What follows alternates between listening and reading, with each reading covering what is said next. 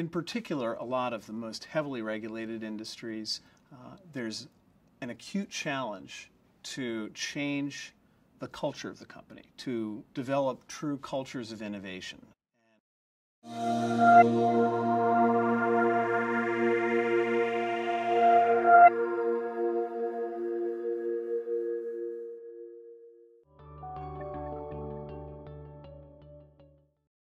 At the highest level, when it comes to the environment, the single biggest factor in shaping the marketplace is policy and programs.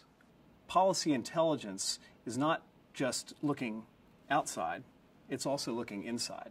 So it's critical for firms to understand how policies could affect them and affect parts of their business, and then to look out not only at what's going on now at the state, federal, and international level, but what could happen, both in ways that would create risks and costs for the firm, but potentially to find ways that they could work cooperatively in the development of new policies and programs that advantage the green products and services they can bring to market.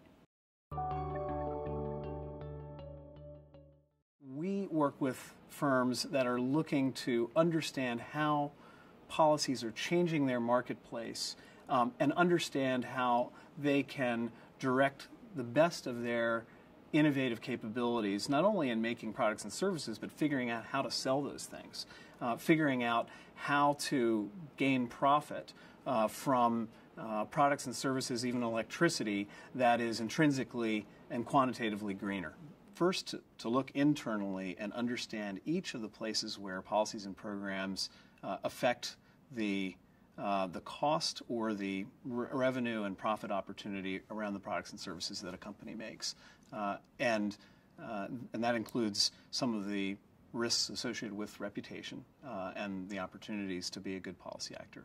But then to look externally at the policy and program drivers that are present in government circles now, state, local, also federal and international, and understand the ways that these could change over time. So look at ways the company can proactively engage policymakers, oftentimes in creative partnerships with NGOs or others in their industry, even suppliers and customers, to create policies that both benefit the environment and society, create jobs, but also advance these innovative green products and services in the marketplace.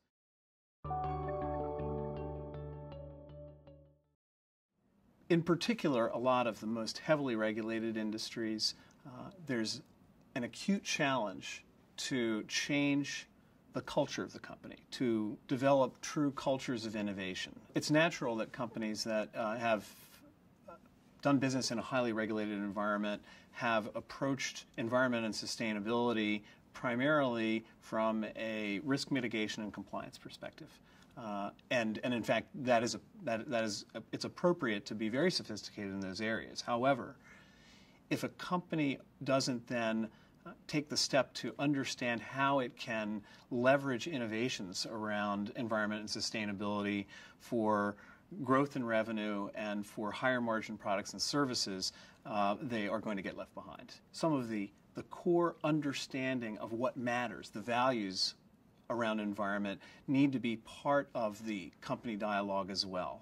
So this is where understanding and baselining the culture is important, and then saying we want to change it to emphasize certain values that are also consistent with how value and how profit is created in the marketplace as well.